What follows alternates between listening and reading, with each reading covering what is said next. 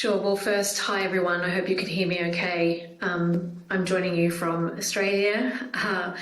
And just to say a few words about Australia, I'm a fellow Australian citizen. Julian is an Australian citizen. And as Kristen mentioned, the Australian government has put their support behind Julian Assange. So from here in Australia, I can say that we are working closely with our Prime Minister and our Attorney General and the Australian government to try to seek a resolution of this case.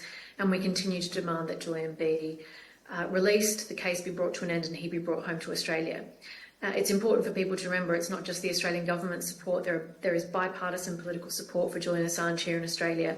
And just recently we had a parliamentary resolution go through our parliament with 2/3 of the parliament's support calling on the UK and the US to drop this case and to allow Julian to return home to Australia. So that's important political context in which we understand this next very important stage of the case. And as Stella mentioned, we keep saying it's the final briefing, but really Julian could be extradited next week. And so this case is of huge legal significance, not just for Julian, but for journalists everywhere. He faces 175 years in prison for receiving, possessing and publishing national security information, for publishing truthful information about the United States.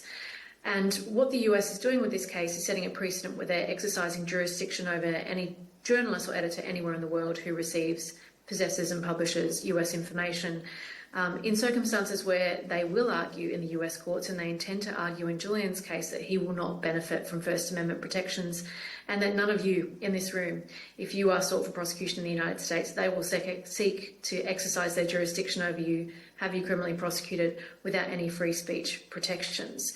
So it is incredibly important, and that is the crux of the issue that will be before the court on Monday.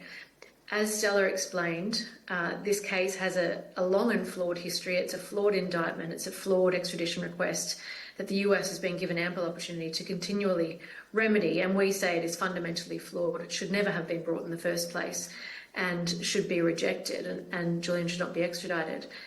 The key issues that we face here, though, now, as you know, in February, there was an appeal hearing where Julian sought permission to appeal, both against the Secretary of State's decision to extradite him and against the earlier district court's decision to extradite him. Of course, we won on the basis that his extradition would be oppressive on the grounds of medical evidence. The US offered an assurance, which was not tested by the court and was waved through without us being able to make detailed submissions about it. And therefore, we're in the position of having to appeal against the outstanding grounds that we were initially not successful on before the Magistrates' Court.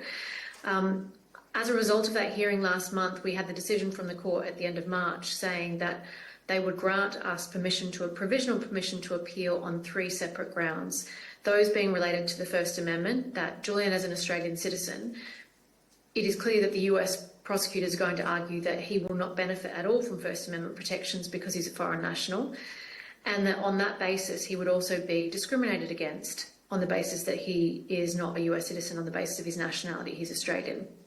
And finally, we were granted provisional leave to appeal on the grounds that once extradited to the United States, Julian could be subjected to the death penalty.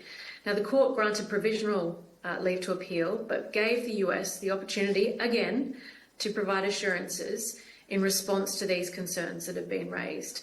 The US provided those assurances, and that's now triggered the process where we've had an opportunity to make submissions in response to those assurances. The US has responded, and on Monday we'll have a hearing where the court will hear those arguments, having received the written submissions from both of our legal teams.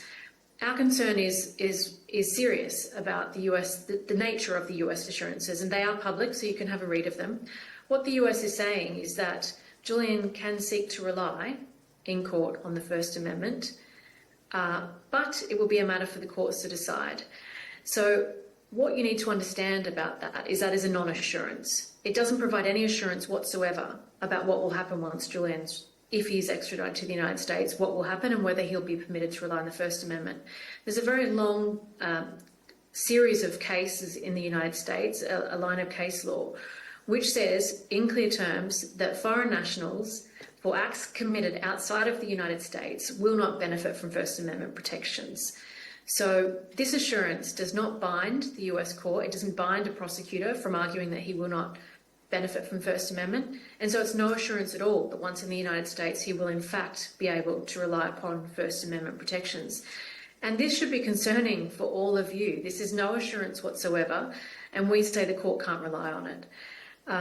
In terms of the precedent this is setting, you all ought to be alert to this concern. There is very clear case law in the United States that foreign nationals will not benefit from First Amendment protections, and in these circumstances we say that the court cannot consider this to be a satisfactory assurance. But it remains to be seen what the court will do with this. If we're unsuccessful, the court will order his extradition, and this is our final avenue of appeal. We are, of course, prepared to make an application to the European Court of Human Rights, but that is an exceptional measure. It's not a guaranteed right of appeal. We'll have to wait to see what the European Court of Human Rights does. And we could be in legal process for a number of years if we end up in that. If we are successful and the court agrees with us that this is an unsatisfactory assurance, then we will be given permission to appeal and we could have a hearing at a later date.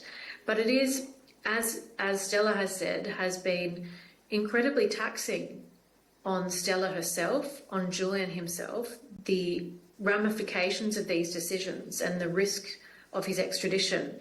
The rollercoaster that this process has been has placed a huge toll on his mental and physical health and a huge toll on their family. And we say that this case ought to be brought to an end. And this could be resolved at any time by the United States making the decision, which we say is the right one, to drop this case and to drop an indictment that has been universally condemned by free speech groups and the mainstream media. So I'll leave it there with that. Thank you.